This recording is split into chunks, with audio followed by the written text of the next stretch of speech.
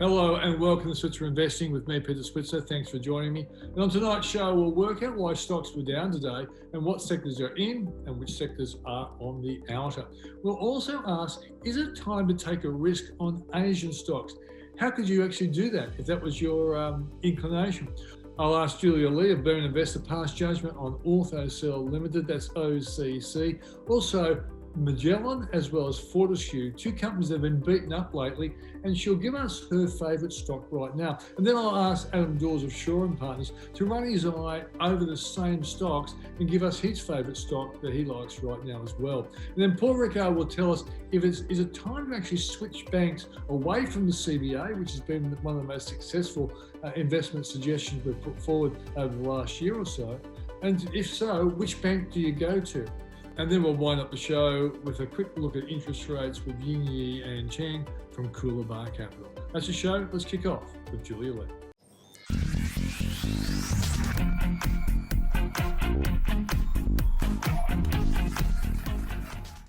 Thanks for joining us, Julia. Great to be here, Pete.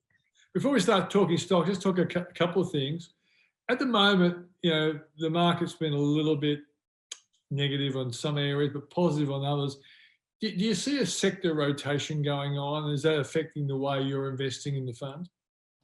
Well, I think one of the things that we have been seeing is that longer term interest rates have been going up. So that has been impacting on how people are investing. What we have seen are some of the high growth areas that focus on future cash flow, like the tech space, have come under pressure. And instead, we have seen a rotation into the quality as well as the cyclical end of the market. So at the moment in our portfolio, we hold no tech stocks, given the run up in interest rates. And because we're likely at the start of that journey at the moment, so just waiting for, I guess, central banks around the world and their decisions. And this week we'll be very focused in on the Bank of Korea around our region. But of course, last week we saw the Bank of New Zealand raising interest rates from 1/4% to 0.5%. So watching to see whether that is a trend, especially given the fears around stagflation or slowing growth. Now, the interesting thing about tech stocks is that not all tech stocks are the same. So are you including buy now, pay later stocks in the tech space? Yeah, the buy now, pay later space would be in that tech space as well. So that they have been impacted by the tech space over in the US and the NASDAQ pulling back and those rising yields as well. Remember, the buy now, pay later space isn't really that profitable. It's relying on those future cash flows for that valuation. So that sector has been hit as well, given the rising yields on the market. But on the flip side, rising yields, great news for the banking space, the insurance space and investment portfolio. There. So there are a number of sectors that do well off the back of that rising interest rate environment. Yeah, I'm just curious with like a company like Tyro, it's financial, but it's also tech. Do you think, but it's also reopening, which is one of the themes that you've been talking about as well. And it actually has been doing well lately, and I figure it's the reopening part. It's an interesting series of forces affecting a company like that. Yes, well, we hold Tyro in our portfolio, so I understand exactly what you're saying, Pete. And it has seen a bit of a pullback on the back of the sentiment in terms of tech stocks coming back. But you're right, Tyro has seen not only strong growth year on year, but the growth is likely ahead of it in the short term because of that reopening trade. So I think from a short term as well as a medium and long term basis that it will do well. And I guess when we're looking at tech stocks, they're at different parts of their journey as well. And really, if we have a look at some of the more well-established giants, that's where some of that pullback has been felt. But of course, with that reopening trade, you'd expect tech stocks that are exposed to things like travel, hospitality, reopening to still do well despite that tech element being in there. Yeah. Now, does your fund invest in Asia if you feel there's a good value there? Does my fund invest in Asia? Say, for example, Alibaba. For example, if you thought there was value there, would your fund invest in there? Because I noticed on the weekend, Charlie Munger, the advisor to, or the buddy of Warren Buffett, increased his bet on Alibaba. And I'm just wondering whether you actually would invest OS if you thought the opportunity was there. Pete, our investment universe is the ASX 200, so that's our mandate and we can't go outside of that. But I guess one way you could get exposure to something like Alibaba is through Magellan Financial Group. Exactly. Their global fund, the number one holding is actually Alibaba. I noticed just having a look at their August report that they've exited out of Tencent. But of course, you know, there are other risks in that there as well. They have been underperforming of late. So really they want to see that performance turning around. But I guess that performance is really based upon what stocks they hold in their portfolio. And if you have a look at their key flagship fund, the number one holding there is Alibaba, but they also hold stocks like Microsoft as well as Facebook. So a strong tech bent to it. So if you were going to buy into something like Magellan, you'd want to be pretty sure that the tech sentiment was going to turn around pretty soon. Yeah, I guess Hamish would prefer to have more Starbucks than Tencent or Alibaba at this point in time, because people keep on drinking coffee no matter what. So, all right. So, therefore, your view on Magellan is at this point in time what? Yeah, look, Magellan has seen some big fund outflows based on performance. And if you have a look at their flagship fund over the 1, 3 or 5 year period, there has been underperformance. And that's leading to fund outflows. The question is, when does that sort of start to stop? And the answer to that will be once performance turns around. But until that happens, you know, the flagship fund has a management expense ratio of 1.35%, which is relatively high for the industry, especially when you're comparing it to lower cost options like exchange traded funds. I guess for a more active fund, 0.8% to 1% is still the norm in the industry, but that's still much lower than 1.35%. So I think the risk here is for a fund manager like Magellan, which makes its money from not only management expense ratios and management fees, but also performance fees. The prospect of performance fees is out of the picture for the moment. And in terms of management fees, well, there's probably pressure to drop that given the underperformance for a relatively long period of time there. So look, if you were looking at Magellan, you were making a bet that they were going to turn around that underperformance. So I think if you have a look at a short-term view, the risks are relatively high, that they'll probably have to drop their management fees, so revenue would be impacted. But if you're looking for the medium to long term, then perhaps a better chance there. So I think it depends on your time frame and how much risk you're willing to take. For me, I'd probably wait till some of that performance started to come through. Okay, let's go to Fortescue now. Has been clobbered. I believe it had a pretty good day today. Is it in the buy territory now? Yeah, look, Pete, I really like Fortescue. I think it's at the forefront of what's happening in terms of environmental, social governance aspects, in that the green energy push is very strong. And today there was an announcement about a green energy hub over in Queensland, and Fortescue shares were up around about 5% compared to BHP and Rio Tinto, which were up around about 1%. But not only that, they're doing trials of things like driverless trucks, as well as using greener energy in the areas of things like cargo, and you're looking at the trains as well. So there's lots of innovative things going on there. The main problem for Fortescue at the moment in the short term, though, is the price of iron ore, which has very rapidly dropped from 220 US a ton down to around about just over 120 US a ton. So I guess the big question is, when does that start to turn around? We know that steel manufacturing capacity has been cut in China. Some of the reasons because of pollution, but also because of the blackouts as well. And I suspect that iron ore prices will remain relatively soft until at least the Winter Beijing Olympics, which is in February, where I think China would want to show blue skies rather than grey sky. So look, I think in the short term, you can start to accumulate here, but just realizing that the iron ore price will probably still be likely to come under pressure over the next quarter before we see more stimulatory policies coming through from China because of a slowing down in terms of growth. So we'll probably see a lot more infrastructure spend, I think, coming from China next year. But I think we still have probably a quarter of softer growth for Fortescue and the iron ore miners there. Okay, quick one, orthocell. You get a chance to have a look at that, and what do you think? Yeah, definitely very specky. I had a look at it, and it's got two key products there. The main product it has is Cell Grow, is all about tissue to help revitalize tissue and heal tissue. And look, This one's specky because there's not a lot of liquidity in terms of the stock. If you have a look at the top shareholders, they're mostly individuals and they're usually connected to the board. So there's not a lot of institutional interest. And look, the turnover there for this stock just today was only $50,000 worth of shares. So it's very difficult to get into and out of there. So you want to be pretty confident around the technology it has around tissue regeneration. And it's probably too early stage for me, Pete, to look at this one. Okay, one final one. Your favourite stock of the week? I've got lots of favorites at the moment. Like I mentioned, I love structural trends, and I think that rising interest rate trend is really at the start and infancy. And that means I think structurally the insurers are going to do well. So I like both QBE Insurance and Insurance Australia Group here. QBE has a much more higher exposure to government bonds through its investment portfolio than Insurance Australia Group, but Insurance Australia Group has a lot more provisioning that could be unlocked here, which might give its share price a bit more upside in the short term. Also like the agricultural stocks here, given that we are seeing inflation coming through, but still pretty good growing conditions. So I like Incitec Pivot, New Farm, and look, Orica looks like it's turned a corner here. So looking quite interesting for Orica as well. So lots of stock ideas. And look, I think the end of October will actually be good for the market. We've seen a pretty good correction here, but I think we'll start to see a strong end to the year.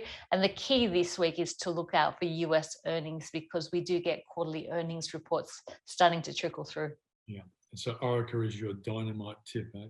I love it, Pete. Thanks, Julia. Thanks, Pete.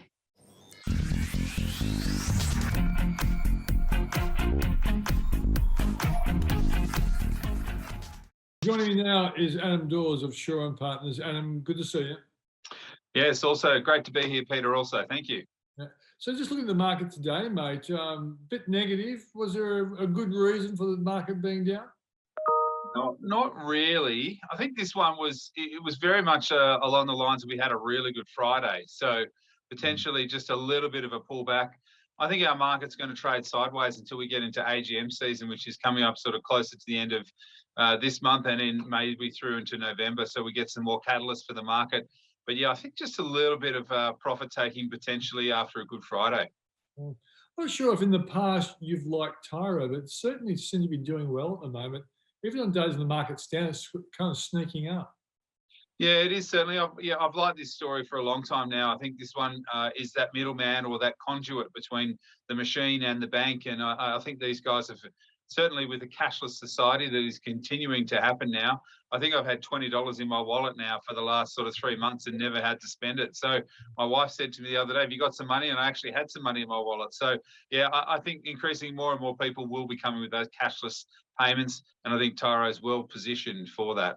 Yeah, and I got to say, I've said before that, you know, I'm invested in Tyro, but what's also interesting, mate, is that it's a part of the reopening trade, isn't it? And like when we all get back to the pubs, the cafes, which in Sydney is happening tonight, today, you kind of think over the next 6 months there should be some good results coming out of the company. Yeah, absolutely. Because I mean, I think, you know, it doesn't really matter the amount; it's the frequency that these guys allow that for those taps to go through.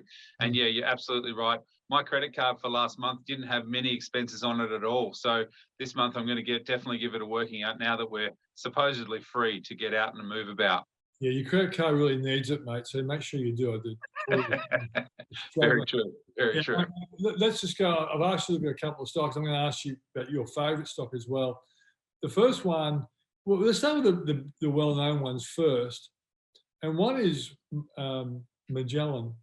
Has really copped it recently. And one of the reasons why I wanted to see what your view is that I noticed on the weekend that you know, Charlie Munger, that's Warren Buffett's sidekick, made a pretty big bet on Alibaba, and of course they're famous, both Buffett and Munger, for being greedy when other people are fearful.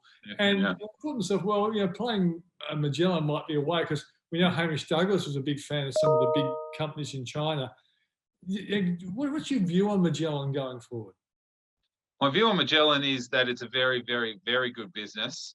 My second view is that I think overall Magellan at the moment, it looks like you're potentially catching a falling knife. And that's a comment or a saying that we use in the market here, that basically you don't want to be getting stuff, or you don't want to be buying things while it's continuing to go down and you get yourself hurt. And I think that's the case with Magellan. It just seems to be from $60 a year ago to where it is today, $30, $35. It really does seem like it's still under a lot of pressure. On the flip side to that, though, if markets are weak or start to fall away, Magellan will do very, very well, because they're the ones that have been in the most amount of cash for a long time. They've been well positioned in the market to say that they've got a lot of cash, and they potentially have moved or have missed this last upward tick. So yeah, I think certainly Magellan looks very, very good. I'd like to see that stock sort of level out a little bit. So in other words, move sideways instead of continuing to go down. I'd also like for them to come out and give us some real clarification on how that Barrenjoey acquisition is going, how these other acquisitions that they're going. But certainly we have to try and stop the outflows. And I think that's the first key to I guess looking at this stock is looking at those outflows starting to shrink. And then from there, making the stock moving sideways for then it to tick up higher. But certainly got some very, very good stocks and very good investments inside of their portfolio. Yeah, and I guess the thing is that it was advantaged by the fact that a lot of financial advisors were putting their clients into it. And after you have a bad run, advisors can actually take a set against you until you prove that you're actually doing well again. So it may well take some time. But I'm going to get Mike Gable on next week to have a look at the charts to see if he's seeing any consolidation around these little, as you make the point, it seems like a really low position to be, but if it's still going down, the old falling knife analogy still applies. Yeah. Another one, mate, that's gone for a fall, but when it turns around, it tends to rebound pretty hard, is Fortescue. Yeah. My general view is I'm thinking 2022 is going to be a good year for the world economy, and these iron ore prices, probably will turn around, not go back to where they were, but I'm kind of thinking that maybe Fortescue may well be in buying territory. But what do you think? Well, definitely Fortescue's having a great day today, and it looks like it has had a bit of a reversal in the charts as well. So maybe get Michael to have a chat or have a look at that one as well, because those moving averages have now started to move in the right direction. So there's a bit of a cross happening at the moment. But look, I think Fortescue is a very, very good company. We like this one from $1.35 all the way up to $25. Look, certainly it has been hit. Iron ore prices now started to stabilise at $100, $110. That has stabilised, and that will definitely help the share price to move higher. Remember, Fortescue and BHP and Rio can produce a ton of iron ore for $15. Okay, that includes dividends. Now, if the iron ore price is around $80, which is where the government thinks it should be, most analysts think it should be $50 to $80. Even at $100, this thing will do well going forward. Yeah. The other thing to remember is that at $100, a lot of those marginal producers that are out there in Indonesia, Africa, and around the world can't produce a ton of iron ore for cheaper than $100. So when the iron ore price gets down to those levels, you will see these marginal producers start to shut up shop because they can't do it. And certainly our Fortescue can certainly do that for $15, $16 a tonne, and it's still looking very, very well. With 188 million tonnes a year, that's still a lot of zeros in the back of Twiggy's pocket to do what he wants to do with his dividends. And I kind of like the fact that he's actually looking to diversify the business as well. We kept reading about his desire to get into the hydrogen play. It's kind of like a sensible thing to do with a company that is in the fossil fuel business, isn't it? Yeah. Yeah, it is. And look, he is talking about a lot of green investments, and he's done a lot of ag investments, and he's done a lot for Indigenous people as well. So look, he can't spend the billions of dollars that he gets every year. I think he's doing the right thing by looking at that. I know that he put a little bit of a blocking stake in Western Areas, WSA, just the other day, because IGO, Independence Group, is actually looking at taking over Western Areas. But when one of his companies, he put a bit of a blocking stake. So he doesn't mind playing around in that smaller space to get the profitability for his own business. Okay. Now, this is an interesting one. Orthocell. Did you get a chance to have a look at it? And what do you think? I did. I've been looking at it all day trying to work out what the hell they do. No. No. So look, Orthocell is an interesting guy. Yeah. Well, look, it's an interesting business because basically any joint, hip joint, chin, elbow, those kinds of things, old traditional methods of fixing it is putting a plate on there, putting a couple of screws in there, and then coming back for getting that plate and screws removed. Whereas Orthocel's got this fantastic technology. They basically put a Band-Aid, which is a mesh Band-Aid, onto the joint, and it allows the fibers of the muscles to continue to grow over the top of that in a natural form. And there's no more evasive surgery after they've basically fixed a tendon. So look, it's an interesting business, and it does have some really good technology, especially with elective surgeries. Now, elective surgeries, and you would potentially think if you need to get your knee done or your hip done or your elbow done, that's elective. It's not life-saving. So those elective surgeries would have pulled back, and we know that Ramsay Healthcare, we know a lot of the other businesses have said that elective surgery has because of COVID. So I think now things are starting to open up again. Orthocell will do well. They didn't put an investor presentation out in 2021. They put one out in 19 and in 2020, but didn't put out one in September in 2021, which led me to believe that potentially they're not telling us everything that's happening in the company at the moment. Last year, they put out a presentation talking about FDA approvals in the fourth quarter of 2020. I couldn't see anything like that going through. The stock has been moving sideways a little bit. Look, I think the technology is great. I think that the business is good. Management look good as well. But really, you just need to get that TGA, FDA approval for one. But then two, you need to be able to sell that to the doctors. You need to be going out there into the hospitals. You need to be able to do that. And for that, you need to spend a lot of money to get your businesses up and running, and you get that sales team out in the US and those kinds of things. So with the cash that they've got at the moment, they're cash flow positive. They might need to raise some more capital to get that next phase going. So it's an interesting one. I think the technology is great. I think that it is there. But for me, I'd probably hold off. One, till I could see some real, I guess, approvals from, you know, the FDA or the TGA. And I might be wrong. It might have been in there, but I couldn't see it.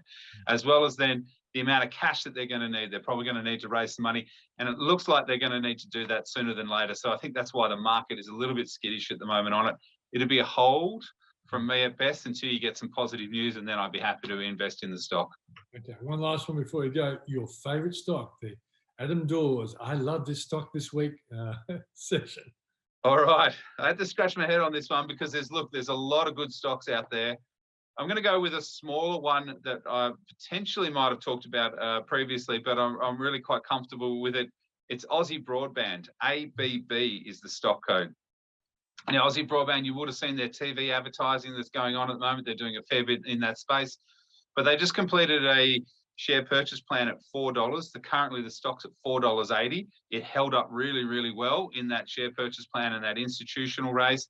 They've got 120 million sitting on their balance sheet at the moment. They are going to make some more acquisitions, which will be EPS accretive, earnings per share accretive, sorry, as well as then we expect them to announce some other deals with the NBN and some fibre stuff as well. But ABB is the fastest growing telco in Australia at the moment. And the reason why it's the fastest, obviously, it's taking a lot of market share from Telstra.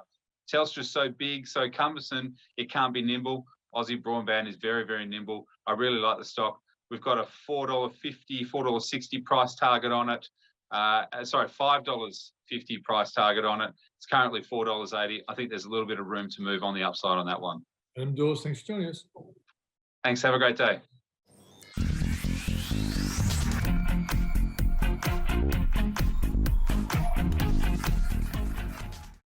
Well, recently my colleague Paul Rickard wrote a story about the CBA buyback and recommended it for various people, but not for everybody.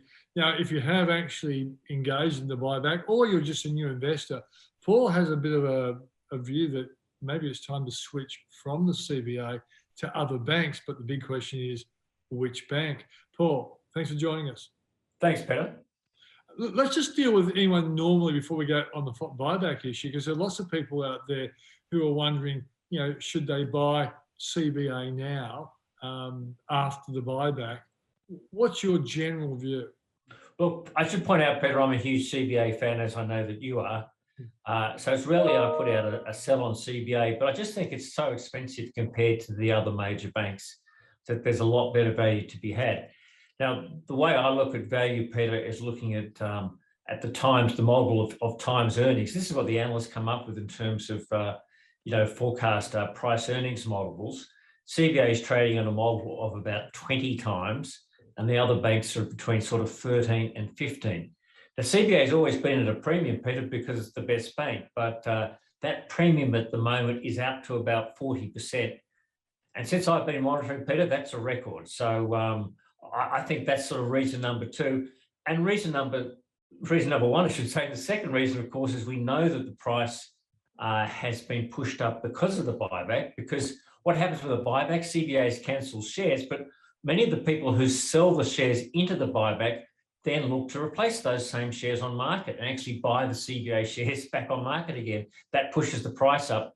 And I think we're coming towards the end of that. So I think that over the next 12 months, when I unwind straight away, that premium will come back down again. So I think there's better value to be had in the other major banks. I think we should explain, Paul, that the people who participated in the buyback were people who were in favourable tax positions, and so they made money by selling it because of tax and franking credits, but then they had good reason to buy in again just to be a normal participant and holder of CBA shares.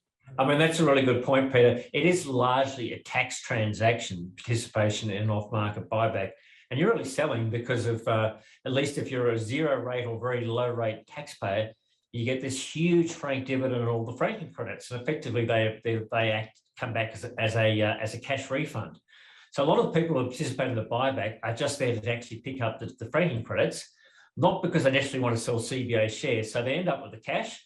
And the question is, well, what do you do with it? And I still think there's a bit of value in banks. So the question is, do you put it back into CBA or do you go into one of the other major banks? And that's my point about the buyback. It's one of the reasons why the price has also been held up really high, because there have been people out in the market who've taken part in the buyback, and then the same shares they sell in the buyback, I know this is confusing, they then buy them back on market again. So it is a bit of a merry-go-round sometimes. And there's sort of two forces then that's kept the price up. One is that there's less shares on the market, and secondly, these people who sold have bought back in again. But you're saying over time, and look, CBA still could rise, but your argument is that the other banks will probably rise at a faster rate.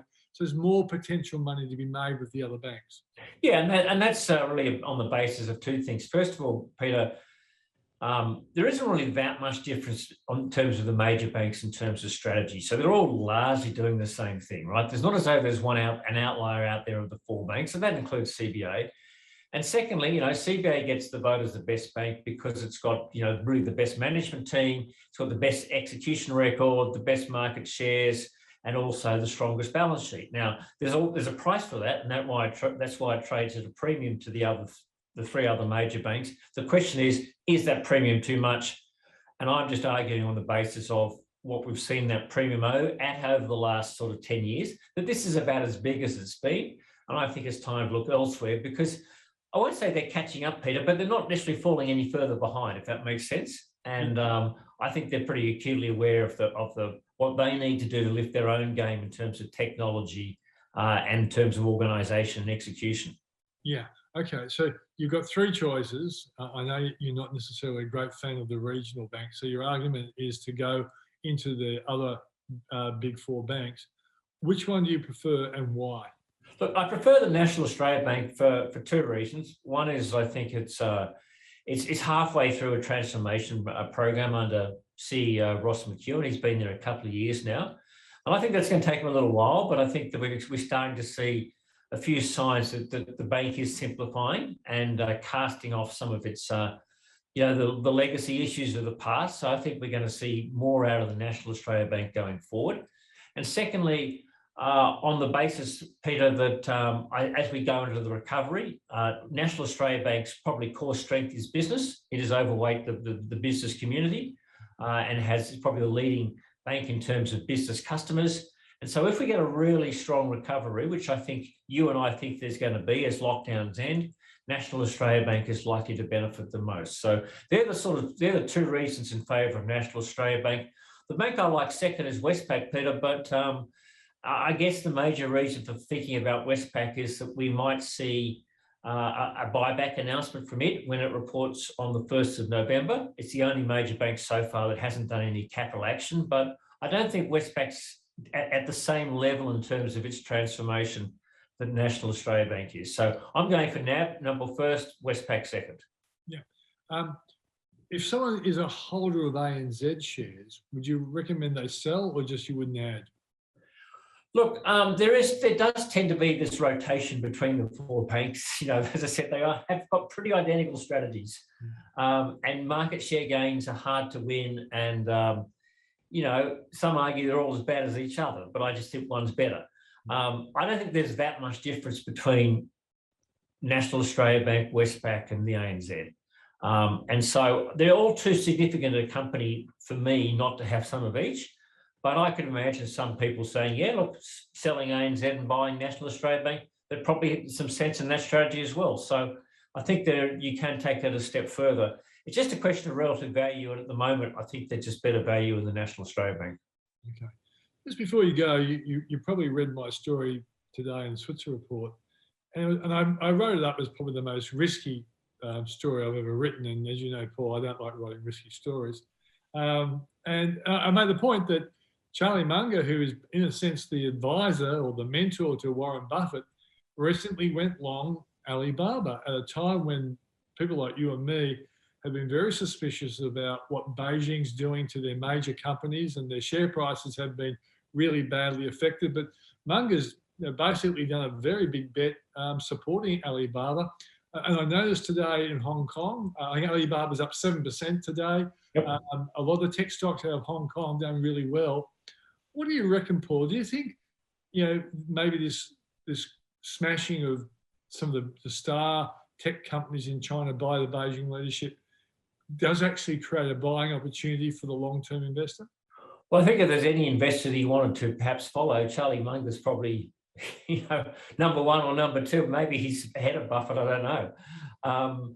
Look, it makes me interested, Peter. I mean, I hadn't probably appreciated how far they'd fallen this year. I mean, I knew there'd been a bit of pressure, but till I sort of looked at the chart you had today, I hadn't realised that Alibaba was down 44% until the early part of last week, and that's a big bashing by, as you say, the Beijing bully boys. I don't think they want to see, the market out of control. That's not in their interest. They're really interested in stability and stable economic growth. So I think it's a gutsy call. I'm always a bit wary about investing in China, Peter, as you are, and I thought it was a courageous piece of research from you. So look, I'm tempted. I'm not quite sure I'm there, but I'm tempted. Yeah. So my point of view is that you might want to have a small dipping of the toe in, but there are a couple of ways you can do it, Paul, isn't it? Like one is there is this ETF called Asia from Beta Shares. And that gives you not only Chinese stocks, but also other stocks. Yeah, that's from Beta Shares, and that includes companies like Taiwan Semiconductor, which is, I think, the biggest holding. Yeah, and so there's other ways you can actually play a little more diversified exposure. So Asia, which is actually, that's the ticker code as well, from Beta Shares is a good way to do it. And there's a couple of others in the same that you discussed in the report today, Peter. Yeah. So I think it's an interesting one. I'm not recommending it, but certainly for the thrill seeker, it could be a surprise package over the couple of years. Because eventually you kind of think Beijing has to let these companies do well. Otherwise, I think, and by the way, there must be a lot of very influential Chinese people who've invested in these stocks who'd be really cheesed off at President Xi and this crackdown on the big tech companies. Yeah, well, I mean, that's I'll leave that to the experts to comment on just what impact that has. But you're right. I mean, a lot of hot money went into Asia tech. We've seen a big sell-off. Is this sort of, just the correction, or is this actually a real buying opportunity? So I think, you can see Charlie putting his own money in there, Peter, and you have to say that's a pretty good bull sign to follow if you're that sort of person. So for me, not they're quite there yet, but certainly a watch point for me. Okay, so that's all in the Switzer report. People can get a free trial of the Switzer report by going to switzerreport.com.au. Paul, thanks for joining us. Thanks, Peter.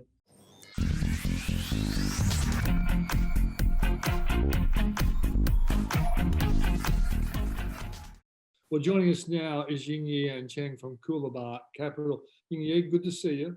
Good to see you, Peter. Thanks for having me on.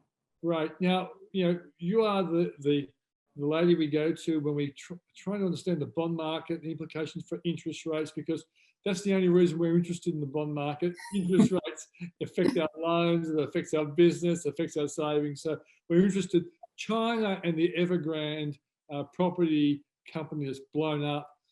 Is there an implication in that story for interest rates?